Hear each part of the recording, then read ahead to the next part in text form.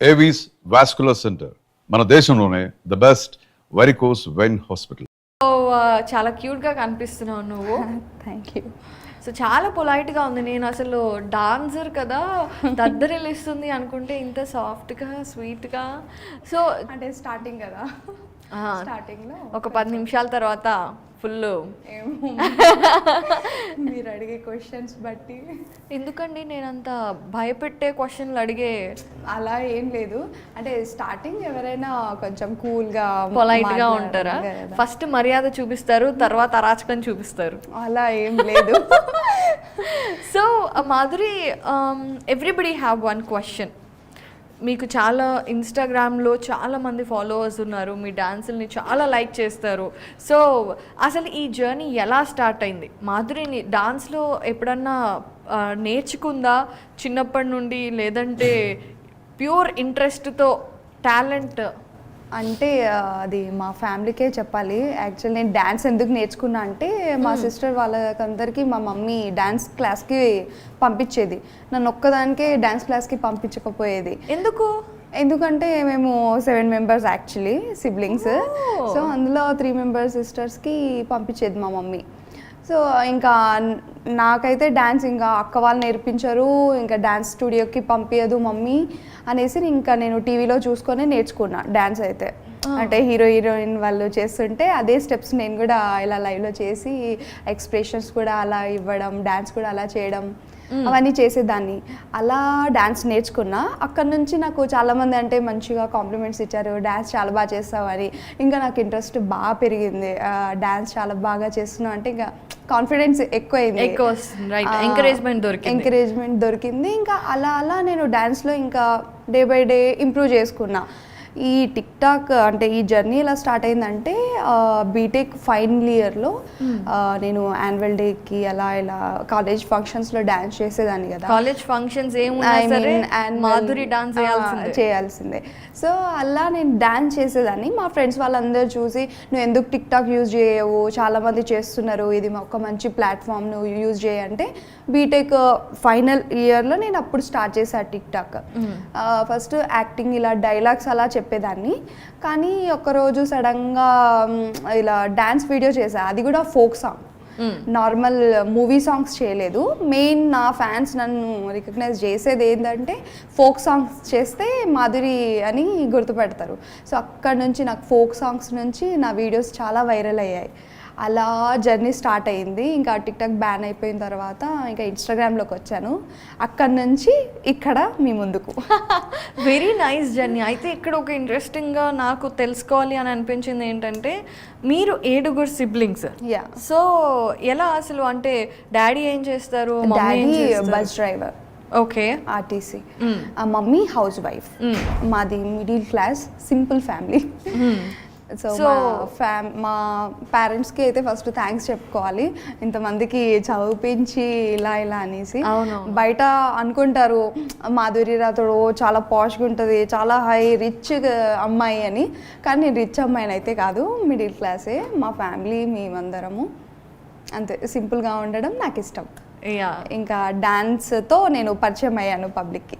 True. మీరు ఎంతోమంది అంటే 6 మెంబర్స్ సిస్టర్స్, ఒకడే మా తమ్ముడు, నేను 5th, నా నెంబర్ 5th. అయితే తమ్ముడు బాగా గారాభంగా పెరుగు చాలా. So anyways, coming back to your dance journey.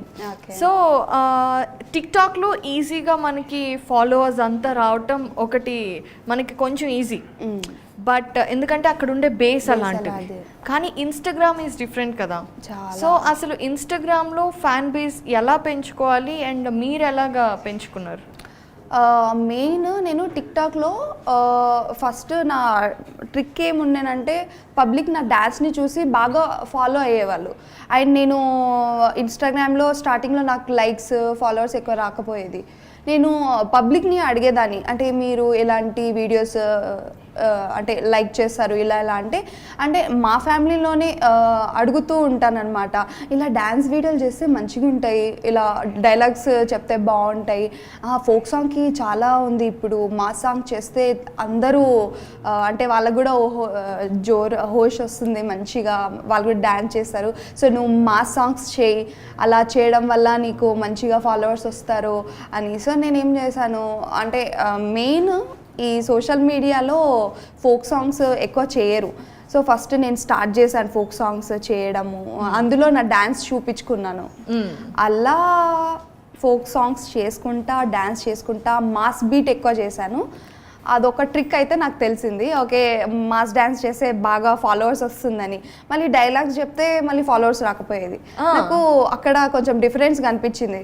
So నేను ఇంకా అనుకున్నా నేను డ్యాన్స్ వీడియోలు చేస్తేనే నా వీడియోస్ మంచిగా క్లిక్ అవుతాయి, నాకు ఫాలోవర్స్ వస్తారు అనేసి.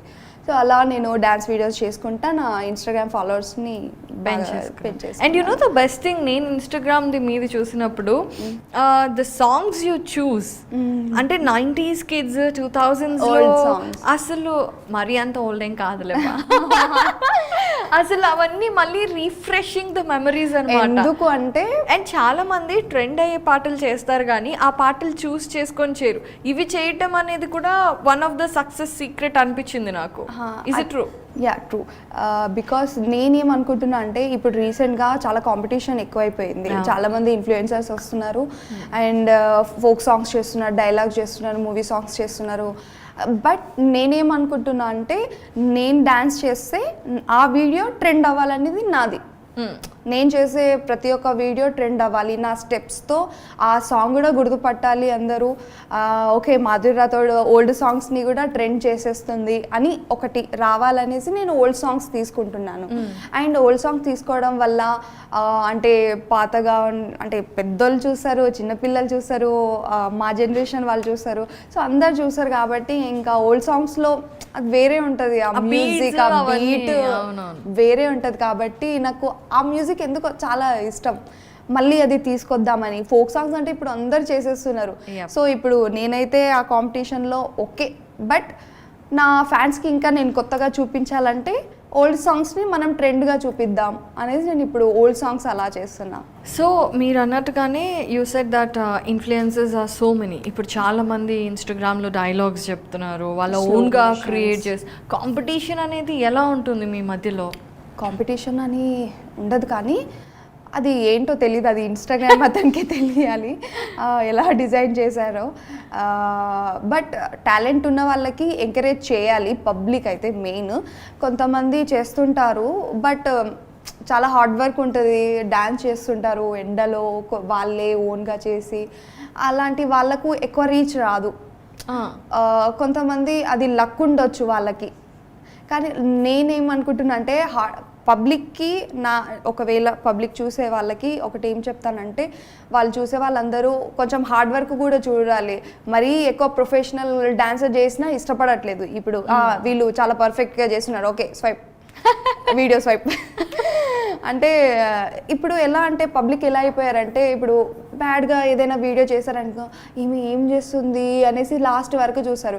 అదే ఒక కష్టపడి స్టెప్స్ అంతా కొరియోగ్రఫీ చేసి ఎండలో అంతా చేసి ఒక వీడియో మంచిగా చేసి పోస్ట్ చేస్తే ఇతను మంచిగా చేస్తున్నా లైక్ కూడా కొట్టరు, జస్ట్ స్వైప్ చేసేస్తారు.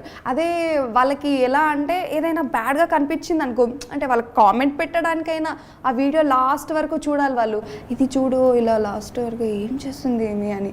అదేదో టాలెంట్ ఉన్న వాళ్ళకి మంచిగా వీడియో బాగుంది, చాలా బాగా డ్యాన్స్ చేస్తున్నారు, ఒక కామెంట్ ఒక లైక్ కొట్టేస్తే మాకు కూడా ఇన్స్టాగ్రామ్ ఆల్గరిథం వల్ల ఆ వీడియో ఫుల్ చూసేస్తే మాకు మంచి వ్యూస్ వస్తాయి, మంచిగా సపోర్ట్ ఉంటుంది, మంచి ప్లాట్ఫామ్ దొరుకుతుంది.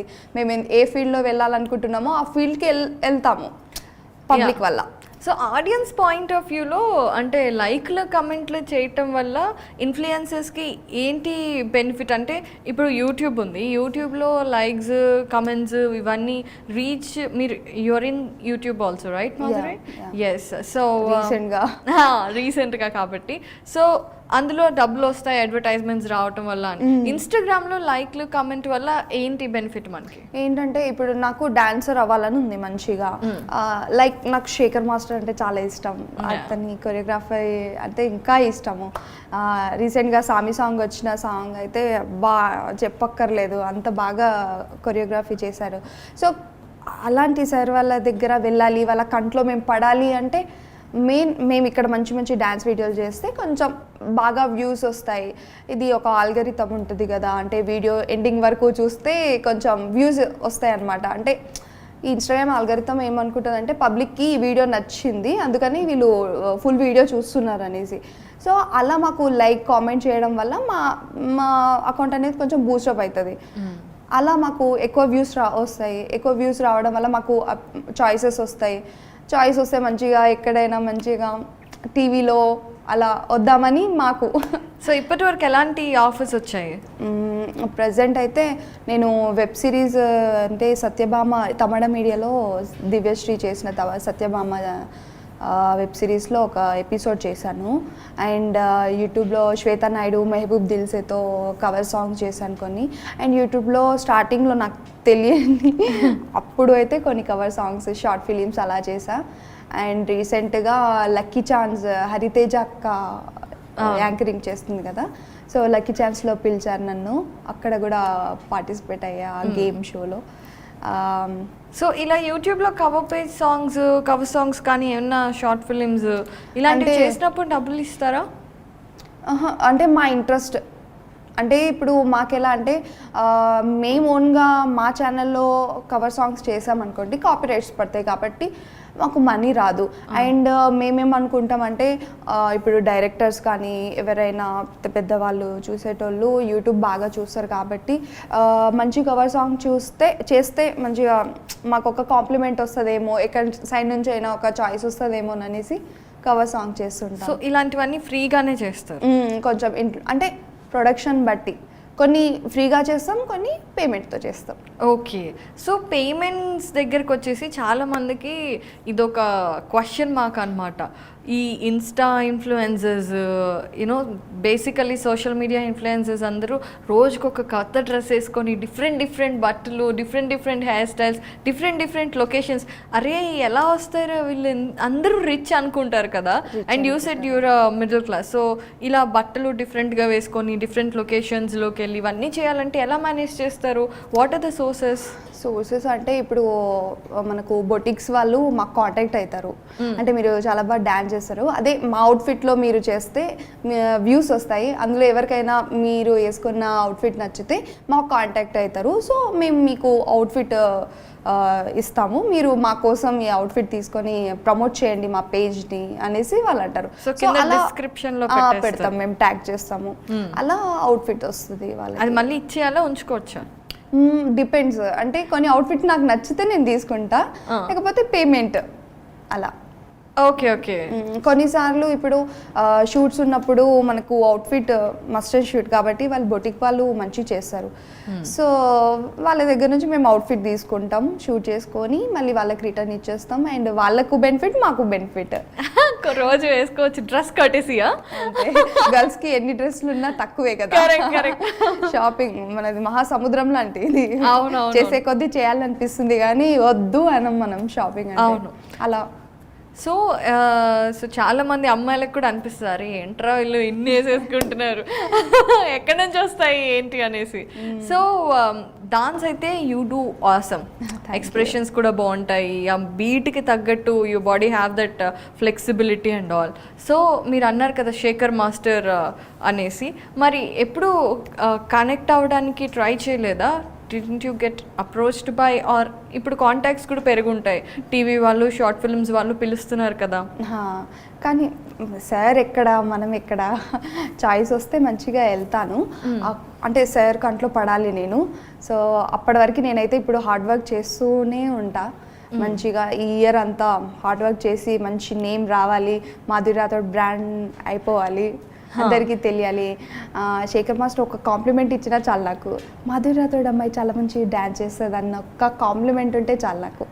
ఇప్పుడు డాన్స్ కాంపిటీషన్స్లోకి వెళ్ళినా కూడా రికగ్నిషన్ వస్తుంది కదా, అవును. అలా ఎప్పుడు ట్రై చేయలేదా? లేదు, నేను మరి వాళ్ళ అంత ప్రొఫెషన్ డాన్సర్ అయితే కాను నేను. ఓకే చేస్తాను, నేను రీల్స్ వరకు చేస్తాను. అంటే నేను డ్యాన్స్ స్టూడియోస్కి వెళ్ళలేదు, నాకు ట్రైనింగ్ లేదు కాబట్టి నేను వాళ్ళకు తగ్గట్టు లేను. వాళ్ళు చాలా హార్డ్ వర్క్ చేస్తారు. అవును, అది కూడా కరెక్ట్. ట్రైనింగ్ చేయొచ్చు కదా, మరి ఇంత ఇంట్రెస్ట్ ఉంది, యూఆర్ సో ప్యాషనేట్. చేస్తున్నాను, ఇప్పుడైతే దానికే ట్రై చేస్తున్నాను. ఇంకా నేను డే బై డే ఇంప్రూవ్ చేసుకుంటున్నాను, నా డ్యాన్స్ కానీ ఎక్స్ప్రెషన్స్ కానీ what ever. Good, very good. So coming back, చాలా మరి సీరియస్ క్వశ్చనింగ్ అయిపోయింది కదా, లెట్స్ గెట్ బ్యాక్. సో మామూలుగా ఎలాంటి కాంప్లిమెంట్స్ వస్తాయి మాధురి? చాలా బండిల్ ఆఫ్ కాంప్లిమెంట్స్ వస్తూ ఉంటాయి కదా. వస్తాయి. అక్క, ఎక్కువైతే అక్క అనే పిలుస్తారు చాలా మంది. పిలుస్తున్నారు చూడండి, తన ఎక్స్ప్రెషన్ ఎలా మారిపోయిందో అక్క అనగానే. అక్క మీ డాన్స్ చాలా బాగుంటుంది అక్క, మీరు సూపర్గా డాన్స్ చేస్తారు అక్క అక్క అక్క అక్క అయిపోయాను నేను అయితే. ఇట్స్ ఓకే, బట్ ఎక్కువైతే డాన్స్ మీదనే కాంప్లిమెంట్స్ వస్తుంటాయి నాకు. మంచి చేసావు మాధురి, చాలా బాగా డే బై డే నువ్వు కొత్తగా చేస్తున్నావు. డాన్స్ కాంప్లిమెంట్స్ అయినా ప్రపోజల్స్ కూడా చాలా వచ్చాయి చాలా మంది. చెప్పుకోవద్దు కానీ కొంతమంది పిచ్చోళ్ళు ఉంటారు, ఇలా అంటే అంత పిచ్చి ఉంటుందా నా మీద అన్నట్టు మంచి ప్రపోజల్ వస్తాయి. అది అంటే గర్ల్స్కి వావ్ అని అనిపిస్తుంది మనకి. బట్ బాగుంటుంది ఇవన్నీ. Yeah true. అండ్ అలాగే నెగటివిటీ కూడా చాలా ఉంటుంది. మనం నవ్వుకోవడానికి, మనకి మూడ్ బాగాలేనప్పుడు కాంప్లిమెంట్స్ చూసుకోవడానికి సోషల్ మీడియా ఇస్ గుడ్. అలాగే మనం మూడ్ బాగుండి హ్యాపీగా నైట్ అలా నిద్రపోదాం అనుకుంటే ఇలా ఓపెన్ చేయగానే ఒక బ్యాడ్ కామెంట్ వస్తుంది, వాడికి ఇష్టం వచ్చిన మాటలన్నీ మాట్లాడతాడు. సో అలాంటివి కూడా ఫేస్ చేస్తుంటావు కదా? చేసుంటా, బట్ నేను రియాక్ట్ అవ్వను. మెయిన్ థింగ్ నేను అదొకటి నేర్చుకున్నా, మా డాడీ చెప్పాడు.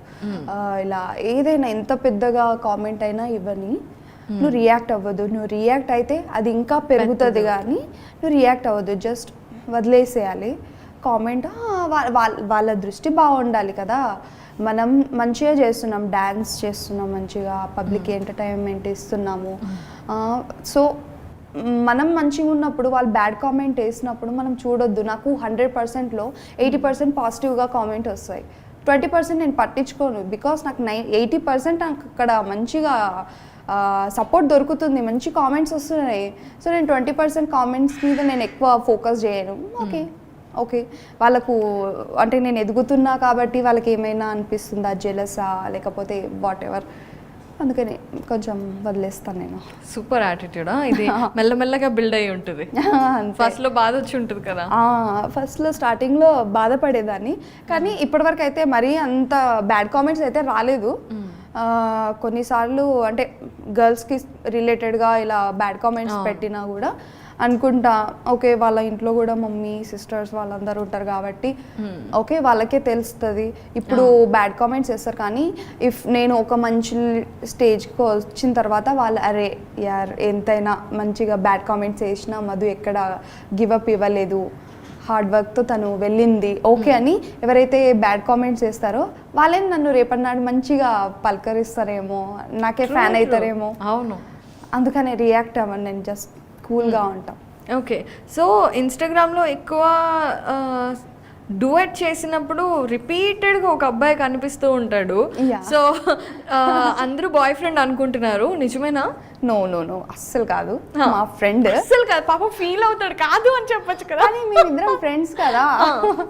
కానీ అది ఉండాలి యాక్చువల్లీ, అది ఉంటే పబ్లిక్కి అరే వీళ్ళు ఫ్రెండ్సా కపుల్సా క్యూరియాసిటీ ఉంటుంది కాబట్టి ఓకే అలా ఉన్న మా వీడియోస్ కొంచెం పోతుంది.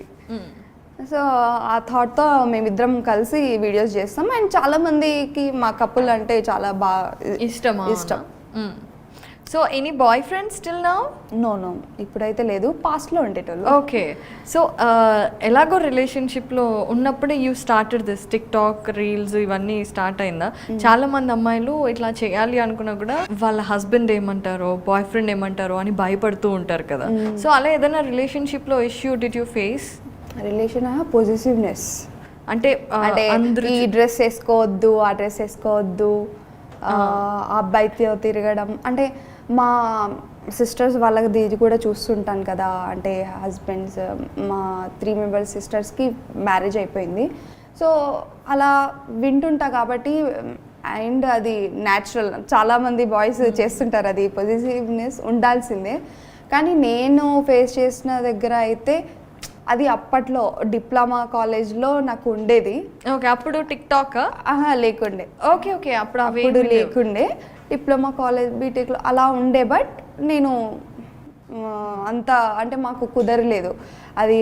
ఓ చిన్న పిల్లలు అప్పుడు ఏదో నిబ్బా టైప్ అలా ఉండేది. బట్ అది అంత ఇది కాదు.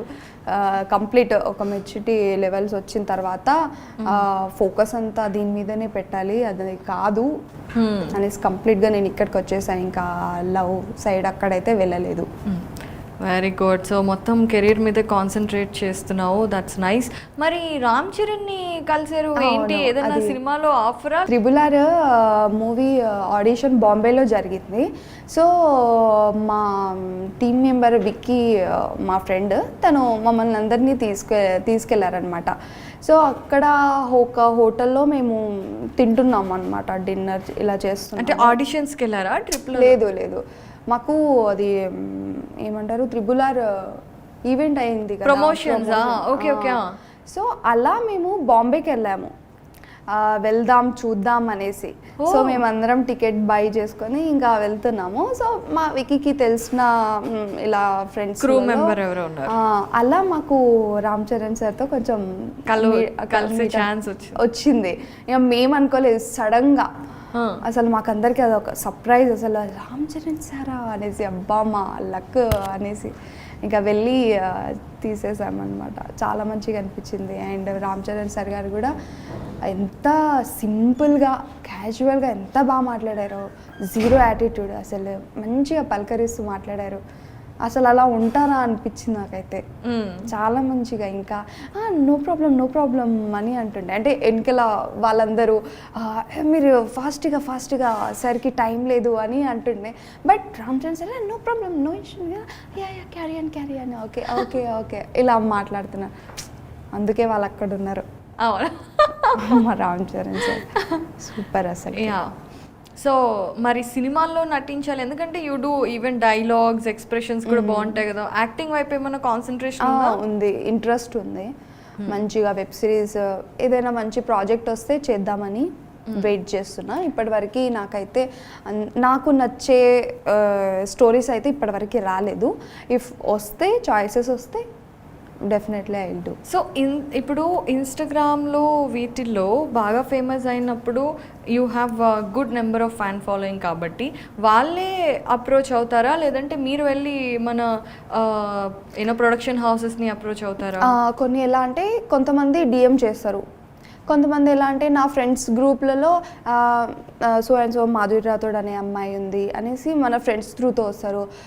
కొన్ని నేను ట్రై చేస్తుంటా, నాకు తెలిసిన ఫ్రెండ్స్ వాళ్ళకి అలా చెప్తుంటా, ఇలా ఏమైనా ఉన్నాయా ప్రాజెక్ట్స్, ఏమైనా మంచి ప్రొడక్షన్స్ ఛానల్స్ ఏమైనా ఉన్నాయా అనేసి నేను సెర్చ్ చేస్తా.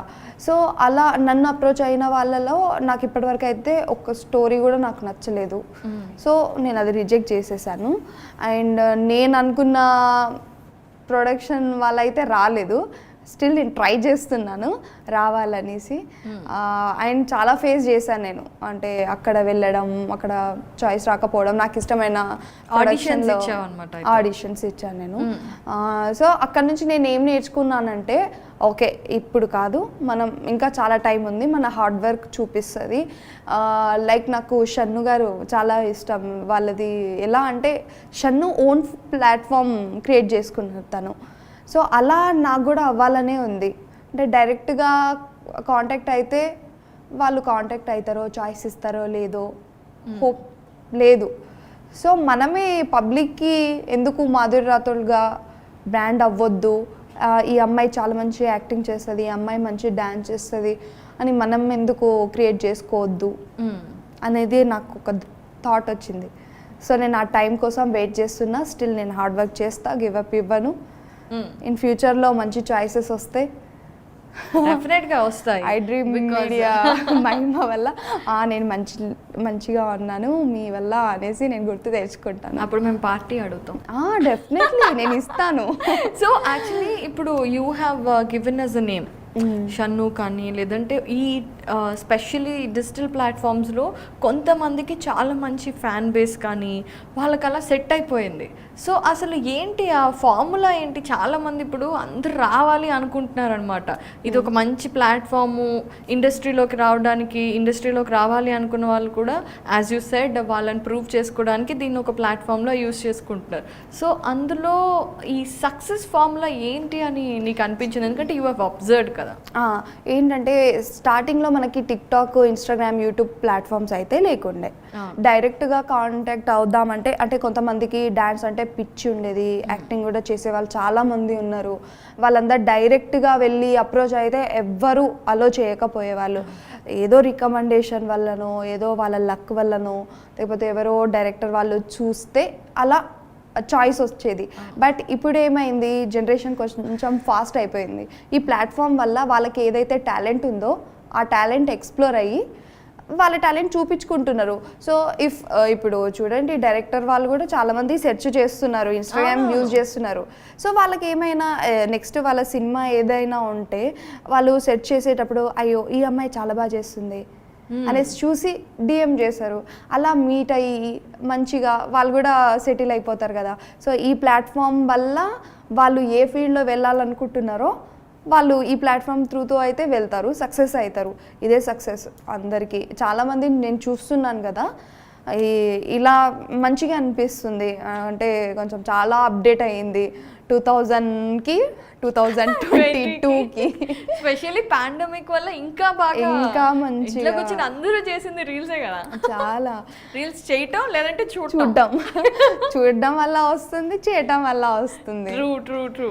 సో అయితే ఇప్పుడు నేను చూశాను మొత్తం ఇన్ఫ్లుయెన్సర్స్ అందరూ కలిసి రీల్స్ చేయటం, ఒక చోట గెట్ టుగెదర్ లాగా, ఒక ఈవెంట్ లాగా ప్లాన్ చేసుకొని అలా ఎక్కువ కలుస్తూ ఉంటారా? ఎప్పుడు డిఫరెన్సెస్ ఏం ఉండవా? అంటే ఇప్పుడు చూడండి, ఇప్పుడు RRR మూవీలో మనము ఒక్కటే స్క్రీన్ మీద రామ్ చరణ్ సార్ని, ఎన్టీఆర్ సార్ని చూడాలనుకుంటున్నాం మనం. అరే 2 కళ్ళు సరిపోవట్లేదు అని. అలాగే మన సోషల్ మీడియాలో కూడా చాలా మంది ఫ్యాన్స్ ఉంటారు కదా, అక్క మీరు తనతో చేయండి కదా. నేను అంటే లైక్ ఇప్పుడు నేను సాయి పల్లవి అక్క, అశ్విని అక్క వాళ్ళతో డ్యాన్స్ చేశాను నేను. సో అక్క వాళ్ళు చాలా బాగా చేస్తారు. సో వాళ్ళ ఫ్యాన్స్ ఏమంటారు, మీరు మాధురి రాథోడ్తో చేయండి కదా. మా ఫ్యాన్స్ ఏమంటారు, మీరు పల్లవి, అశ్విని అక్క వాళ్ళతో చేయండి అని. సో వాళ్ళ కోసం మేమేం చేస్తాం అంటే డైలీ మా వీడియోసే కాకుండా ఇంకో ఇన్ఫ్లుయెన్సర్తో చేస్తే వాళ్ళ ఫ్యాన్స్, మా ఫ్యాన్స్ చూసి వాళ్ళు హ్యాపీగా ఫీల్ అవుతారు, వాళ్ళు ఎంటర్టైన్ అవుతారు. ఓకే ఎంత బాగా చేశారు ఇద్దరు, ఒకటే వీడియోలో చూస్తున్నందుకు చాలా హ్యాపీగా ఉంది మేడం అనేసి కామెంట్స్ రావడం. సో ఇంకో ఇన్ఫ్లుయెన్సర్తో ఎలా కనెక్ట్ అవుతారు మీరు? ఎలా అంటే మేము డిఎం చేసుకుంటాము అలా. అండ్ మాకంటూ ఒక గ్రూప్ ఉంది ఇన్స్టాగ్రామ్లో. అంటే మేము ఎప్పుడైనా మీట్ అయితే కొత్త వాళ్ళతో పరిచయం పెంచుకున్న తర్వాత కాంటాక్ట్స్ వస్తాయి. అలా మేము గ్రూప్స్ చేసుకొని అందులో మేము డిస్కస్ చేయడం లాంటివి అయితే. ఓకే, మరి కొత్తగా వచ్చిన ఇన్ఫ్లుయెన్సర్లు మీ గ్రూప్లో జాయిన్ అవ్వాలి అంటే కొత్తగా అది ఆటోమేటిక్ అయిపోతారు. అంటే ఇప్పుడు నా సైడ్ నుంచి ఎవరైనా వచ్చారనుకోండి, నేను గ్రూప్లో జాయిన్ చేస్తా. మా ఫ్రెండ్స్ త్రూ నుంచి ఎవరైనా వస్తే వాళ్ళు గ్రూప్లో జాయిన్ చేస్తారు అలా. అరే ఇది భలే ఉంది కదా. సో ఎవరైనా కొత్త ఇన్ఫ్లుయెన్సర్స్ ఉంటే వీళ్ళ గ్రూప్ తో జాయిన్ అయితే మీతో డాన్స్ చేస్తుంది. In fact they will also get some followers కదా. అంతే కదా. ఇప్పుడు నేనైతే డెఫినెట్ గా టాలెంట్ ఉన్న వాళ్ళతో నేను చేస్తాను. వాళ్ళకు ఇంత ఫాలోవర్స్ ఉంది, అంత ఫాలోవర్స్ ఉంది అనేది అయితే నేను చూడను. టాలెంట్ ఉందా లేదా, టాలెంట్ ఉంటే వాళ్ళకు మంచిగా. ఇప్పుడు నేను చాలా హార్డ్ వర్క్ చేసి 3 lakhs ఫాలోవర్స్ వరకు వచ్చాను నేను. సో నాకు ఆ పెయిన్ తెలుసు, ఆ హార్డ్ వర్క్ ఎంత చేస్తున్నారో నాకు తెలుసు. సో ఇప్పుడు వాళ్ళు 0 followers ఉన్నా వాళ్ళకు టాలెంట్ ఉంది, అక్క నాకు ఇంత టాలెంట్ ఉంది, నేను కొంచెం ఎక్స్ప్లోర్ అవ్వాలి, చేయాలనుకుంటున్నా, కొంచెం సపోర్ట్ చేయంటే నేను డెఫినెట్గా నేను చేస్తాను వాళ్ళతో డాన్స్. నా సైడ్ నుంచి కొంచెం సపోర్ట్ అయితే చాలా ఉంటుంది. Such a sweet girl you are. Thank you. అంటే అది ఫేస్ చేసి వచ్చాను కదా. కరెక్ట్. నేను నాకు ఒక 10K 12K ఫాలోవర్స్ ఉన్నప్పుడు నేను అడిగాను అనమాట, కానీ ఎవ్వరూ అంతగా రెస్పాన్స్ అవ్వకపోవడం, అది నేను ఫేస్ చేశాను కాబట్టి Okay. అది మళ్ళీ రిపీటెడ్గా నేను వేరే వాళ్ళతో చేయొద్దు. చేయకూడదు. ఈ యాటిట్యూడ్ అనేది ఉంటుంది. ఇప్పుడు 0 ఫాలోవర్స్ ఉన్నా 1 మిలియన్ ఉన్నా ఆ యాటిట్యూడ్ ఉండకుండా ఇప్పుడు ఎలా ఉన్నానో అప్పుడు కూడా అలాగే ఉండాలని నేను అనుకుంటున్నా. నా ఫ్యాన్స్కి కూడా నేను అప్పటికి అలా చేంజ్ అవ్వద్దు, మీరు అవ్వనీయొద్దు. So sweet. సో మీకు బాగా ఇష్టమైన ఇన్ఫ్లుయెన్సర్ ఎవరు? బాగా ఇష్టమైన అంటే నాకు మెహబూబ్ దిల్సే కాన్సెప్ట్ వీడియోస్ అంటే చాలా ఇష్టం. కొత్తగా చేస్తుంటాడు. అండ్ నేను బీటెక్ నుంచి నేను ఫాలో అవుతుంటాను మెహబూబ్ దిల్సే గారిని. సో మెహబూబ్ దిల్సే అంటే చాలా ఇష్టం. ఓకే. అమ్మాయిల్లో కాంపిటీషన్ ఉంటుంది చూసారా? అడగగానే అబ్బాయి లేదు, అమ్మాయిలు అంటే చాలా మంది ఉన్నారు. ఈషా మనోహరి, తన ఎక్స్ప్రెషన్స్ అంటే చాలా ఇష్టం నాకు. అండ్ ఎవరు ఇప్పుడు పల్లవి అశ్విని అక్క వాళ్ళని చూస్తే అంటే ఏజ్తో సంబంధం లేదు, మంచిగా చేయాలి, వీడియోస్ చేయాలి, టాలెంట్ ఉంటే మనకు మంచి చాయిసెస్ దొరుకుతుంది, ఒక మోటివేషన్ దొరుకుతుంది అక్క వాళ్ళ దగ్గర. ఆ వీడియోస్ చూస్తుంటే వా ఎంత బాగా చేస్తున్నారు అని అనిపిస్తుంది. అండ్ ఇప్పుడు కొత్తగా స్లో మోషన్ చేసే వాళ్ళందరు చాలా మంది ఉన్నారు. సో టాప్ ఇన్ఫ్లుయెన్సర్ 0 నుండి ఇప్పుడు 3 lakhs ప్లస్ ఆల్మోస్ట్ 4 lakh సబ్స్క్రైబర్స్తో ఫాలోవర్స్తో తను రాక్ చేస్తుంది డాన్సెస్లో కానీ యాక్టింగ్ ఎక్స్ప్రెషన్స్లో కానీ. సో ఫ్యూచర్లో ఏం అవ్వాలి అనుకుంటున్నాను? నువ్వు చెప్పావు డాన్స్ కొరియోగ్రాఫర్ అవ్వాలి నేను, శేఖర్ మాస్టర్ దగ్గర ఛాన్స్ వస్తే బాగుంటుంది అని. సో ఆఫ్టర్ 2-3 years, ఇప్పుడు 2 years బ్యాక్కి ఇప్పుడు 2 years అప్పుడు 0 ఫాలోవర్స్, ఇప్పుడు 3 lakhs plus. So after 2 years after 2 years అబ్బా అనుకుంటున్నా మంచిగా జరగాలని. టిక్ టాక్ బ్యాన్ అయ్యేటట్టు మన ఇన్స్టాగ్రామ్ వెళ్ళొద్దని అనుకుంటున్నా.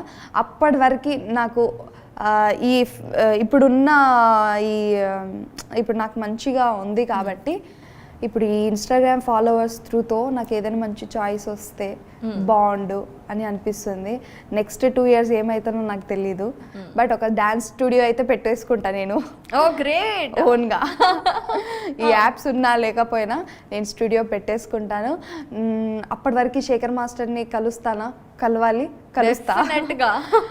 సో మాధురి రాథోడ్ అనేది ఒక బ్రాండ్ అవ్వాలి అని నువ్వు చాలా కష్టపడుతున్నావు కదా, డెఫినెట్గా అవ్వాలని మేము కూడా కోరుకుంటున్నాము. అండ్ వన్ మోర్ థింగ్ ఏంటంటే చాలా మంది అబ్బాయిలు ఎలాగో అక్క అని పిలవని అబ్బాయిలకి చాలా మంది అడుగుతూ ఉంటారు కదా. సో వాట్ కైండ్ ఆఫ్ ఇప్పుడు సింగిల్ కాబట్టి ఎలాంటి అబ్బాయిలతో మింగిల్ అవ్వాలనుకుంటున్నావు?